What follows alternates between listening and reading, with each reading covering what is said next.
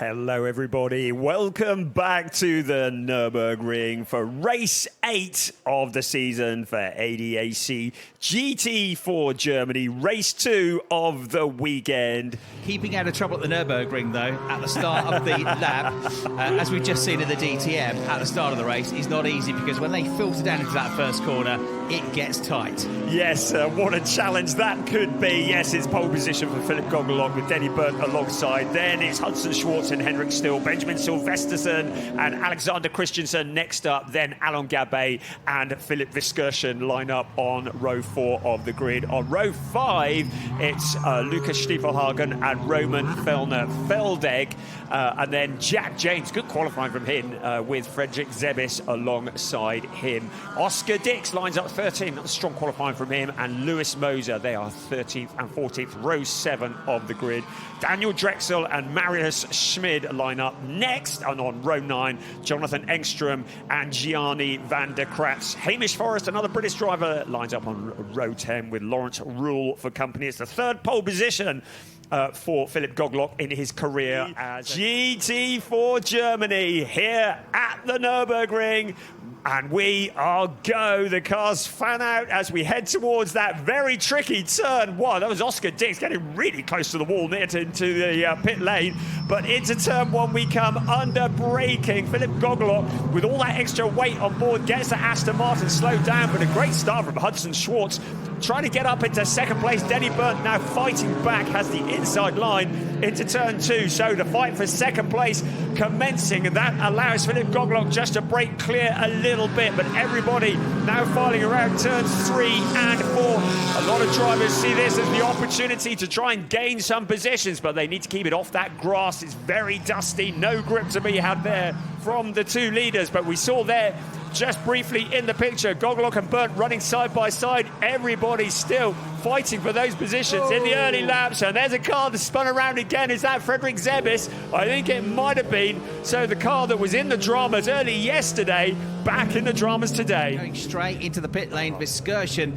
clearly with some sort of issue, headed for an unscheduled stop, I'm afraid. Yeah, yesterday's second place finisher peeling off into the pits. Right, Gogolok leading the way, defending like mad into turn 1. He's been given a track limit warning in turn 2. So clearly the Aston Martin not enjoying the level of grip and handling that it had yesterday. And once again, track limits are somewhere out near the car park, I think. Kind of all followed him off the road, though, didn't yeah, they did again. Is quite a lot of work just to change one wheel on one of these cars. Right, here we go. First, second, third, fourth, fifth, all running together. Benjamin Silvesterson coming under pressure from Alain Gabet in the Avia WS Porsche. So Silvesterson would want to be fighting forwards, but those Porsches, he's got one in front, one behind, ganging up on him, feeling bullied as he comes out of turn 11. And I'd say Alain Gabet looking like he's lining up Silvesterson for a move as they head towards turn 1. Is he going to duck out? At the front of the field, you can see Gogolok protecting the inside line into turn 1, trying to anticipate what Denny Burnt was going to do. Then he moves slightly over to the left, trying to make that Aston Martin as wide as possible. But Denny Burnt starting to look a little bit impatient, particularly as Hudson Schwartz is rushing to join the battle. Denny Burnt has the fastest lap of the race on that last lap. He was the quickest of anybody as Henrik Still and Benjamin Silvesterson run side by side. So Silvesterson, having been attacked, is now attacking, watching it on. Alain Gabet just behind. So this is a great battle that's unfolding. Yeah, Gabet in that number 30 Porsche was quick out of the box, wasn't he, once he got into the car after the pit stop yesterday. So he squeezes through. The BMW put back down to the tail end of that group, down to 6th place. We've got 2 groups of 3 now, haven't we? And that second group of 3 is starting to be reeled in by that Ginetta, isn't it? Christensen's put in a really good place. This is as close as he's been, though. Denny Burnt, the inside line, he's hogged by the Aston Martin driver. Gogolok uses the mirrors, positions the car on the racing line, and just about fends off the Porsche. You can see this fight going on up ahead of him. A little bit of contact. Denny Burnt starting to look a little bit frustrated, but positioning exactly where he needs to. Here's a replay of earlier on. Well, there's the aforementioned Fredrik Zebis. That 33 car has been in the walls all weekend long. Hamish Forrest was in there, as well as Jonathan Engstrom. They are all fighting over 16th place because they've got to last an hour. There are no tyre changes in the pit stops. Gogolock looking like he might be struggling for a bit of grip there into turn 1. Now Burt has a nose on the outside, but then Gogolock with the inside line round to turn 2 and 3. So Gogolock just keeping that line nice and tight. More wear and tear on the brakes as well, so have to adjust his driving style. Doesn't sound a lot, 15 kilograms, but when they're oh so evenly matched. And here we go. He's going to lose out to Denny Byrne, who sends one at the inside on the way into the Vidal chicane, rattles the curbs with the front left of the Porsche, but keeps it under control. That was a good move. He has to go defensive though on the way into turn 11. But the Ginetta has caught up with both of them, so that'll be the 97 car of Alexander Christensen, the Swedish driver for KRT Racing in the Ginetta, also getting involved as we look again at the Toyota going to the inside of Gogolock. As they go into the braking zone, Gabay having a look up the inside. It can be a change for second place here as well. It's going to be synchronised overtaking, I think, in the battle for second, the battle for fourth. Gabay in the background has got down the inside, and we've had the change for second. The Toyota goes through ahead of the BMW. And there's Alexander Christensen rushing to join, still drifting the Porsche into turn 11. Out along the pit straight they come, but still has been mugged because suddenly the Ginetta is through as well. The KRT Racing car running alongside has the line into turn 1 under braking, but still comes back around the outside. Great stuff here, but breaking clear of that battle now. Alain Gabay in 4th place. Of Silvesterson with him. There's a great ding-dong going back behind as well between the two BMWs. The inside line is just into the hairpin, going to belong to the black and yellow number 49 machine of Lewis Mose, who just about keeps behind him.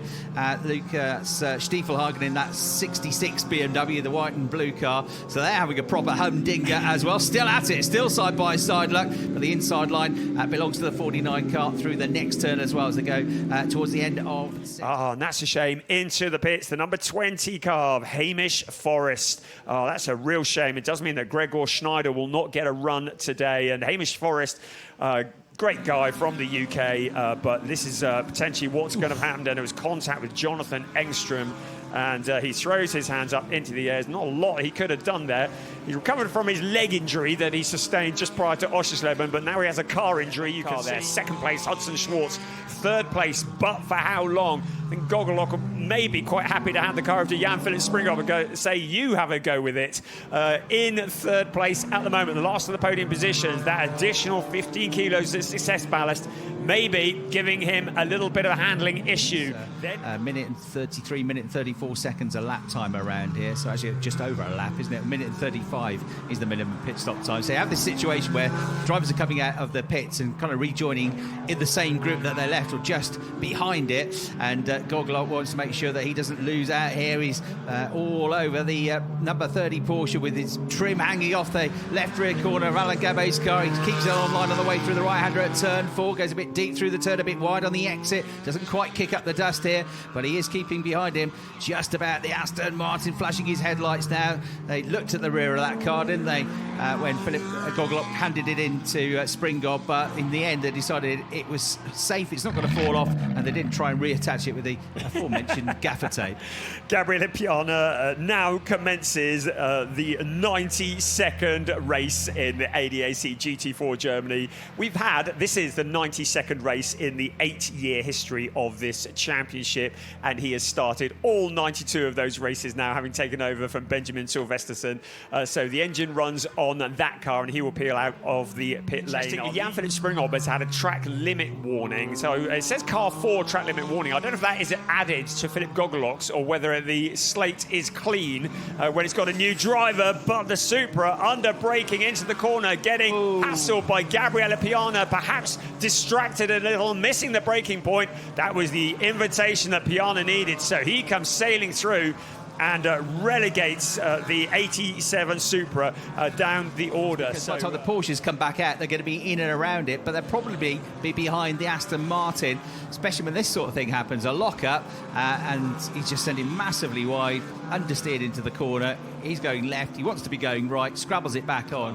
When Schwartz hands the car over to Lucas Cartel, as he's about to do now, Cartel will feel the vibrations. I don't think Jan-Philipp Springhoff was ready for that. Well, he wanted to go at the inside of the Porsche, but the Porsche wanted to turn right into the pit lane, and that all got a bit hairy, didn't it? Yeah, so when the Supra is handed over, there may be vibrations as a result of that lockup. A Cartel will have to inherit whatever mess those tyres are in and bring it home. Handing over to Maxi Schreier, another driver who's a local to this circuit. This is his home race. So here comes Maxi Schreier, comes sprinting out of the garage. He'll want to get Alain Gabet dispatched from the seat as quickly as possible. In he gets. No major rush because they've got that 95 seconds, but that can tick away nice and quickly. We got some gaffer tape being applied. Something's happening. Probably. Oh, that's that bumper that was hanging off, isn't it? Well, if you can't stick it on, tear it off. So they hurl that to the side. That'll probably help the handling. Weight, it might be slightly underweight, but anyway, job done there. So Gabriele Piana, at the moment, we're looking at him and Cartel. They're still fighting with each other. So Piana, this could be potentially, well, probably not the race lead, certainly second place potentially here. Gabriele Piana just about wrestles it back onto the track, but he's lost all of his momentum, and he probably is about to lose a place on the run up the hill here. Yeah, he tries to fight, but he cannot fend off the number 30 Porsche coming through of Schreier. He takes the opportunity, and that's a place lost, but it could have been worse. Then Lucas Cartel in the Toyota. Then this car here with Jan-Philipp Springhoff and Ginetta versus Porsche. I think that's Tim Horrell getting together with Eric Bertelsen.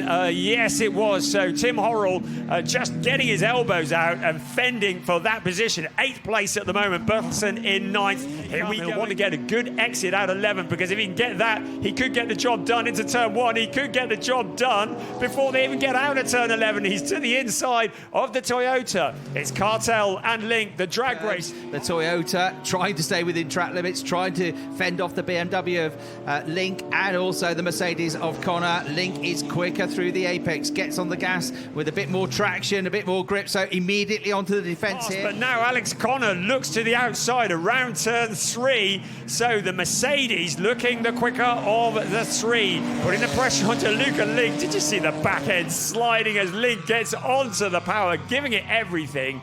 But still, Cartel holds on to that 5th place. Here comes Alex Connor with a dive to the inside, goes to the outside at the last minute, then tucks back to the inside once again. Marit Buchmann now up with this battle. That's allowed Lucas Cartel to break clear just a little. Luca Link having to defend like mad. And now Alex Connor looks to the inside, ducks back to the outside. Marit Buchmann now onto the back bumper of Alex Connor. Starts to get involved in defending from these two Mercedes. That is definitely going to help out Cartel in the Toyota, but a problem, I'm afraid, for the Ginetta of Eric Bertelsen. Pulls off the road on the run. I think that's out of turn 8 from the top 10, and that looks like it's going to be a retirement very close to the end of the race. 3 minutes to go, plus 1 lap now. By the way, Robinson, the race leader, 7.7 seconds clear of Piana in the BMW now. Oh, what a shame for the Ginetta. They got a 4th place yesterday. It's not going to happen today. Right, 2 3/4 minutes remaining. This still continues. Luca Link to the inside once again of Cartel into turn 1. Can he take a tighter line through the corner? No, he can't. That's just allowed Alex Connor to pull alongside, but Connor's going to have to go the long way around if he wants to take this position away. Luca Link has the faster line through the corner. Marit Buchmann behind it now sees an opportunity to get past Alex Connor. Connor attacking Luca Link once again, maybe a slight nudge, but now Marit Buchmann attacking Alex Connor. So has a little look to the inside. Cartel breaks clear once again in 5th place, 6th, 7th and 8th. Looks to have this under control at the moment, making Alex Connor work hard on the outside line. All of that has allowed Luca Link to break a little bit clear as the 2 Mercedes AMG cars fight amongst themselves. Suddenly Luca Link has been given the space to launch a final attack on Lucas Cartel. Our leader is up at turn 8 at the moment, so about a lap and a half of this race remaining. He takes the wider line into turn 1, tries to get that inside line into turn 2. Nice. He's done it. So Luca Link muscling his way past the Supra, but he's gone very deep into the corner. And the Supra, so nimble, able to come back at him on the inside. So Luke is going to have to hang it around the outside. He then comes back to the inside. Marit Buchmann now up with all of them. There's Alex Connor at the back as well. This is great stuff. Lucas Cartel trying to come back now. 5th place to Luca Link for the last time. Into the hairpin they come. Link in that 5th place. Cartel now having to defend from Marit Buchmann and Alex Connor. The very last lap of the race, our race leader up into turn 11 for the very last time. Lachlan Robinson will exit turn 11 and see that checkered flag as he heads out across the start-finish line. It's going to be a second win of the season for Lachlan Robinson and Denny Burns. Valuable, valuable points for them, and valuable points to Gabriella Piana and Benjamin Silvesterson in second place. Then it'll be Maxi Schreier and Alon Gabet. Meanwhile, further back, behind Jan Philipp Springhoff, this battle continues. Luca Link is going to get that very hard-fought fifth place ahead of Lucas Cartel. And a drag race across the line. Is Alex Connor going to get? No, not quite. Marek Bookman just beating Connor to seventh place. That was quite a fight for fifth place, wasn't it? Eventually going the way of Luca Link. Great, great racing. The W and the S of WNS. Jürgen Heiker, board member for Sport Deputy Chairman of ADAC, presenting the winners' trophies to Lachlan Robinson on the left, Denny Byrne on the right. And congratulating the other drivers as well. Klaus Hausmann-Busch, board member for local clubs at ADAC Westfalen EV, present the second place trophies to Gabriella Piana. How many trophies do you reckon Gabriella Piana's got? He must have a warehouse full of them.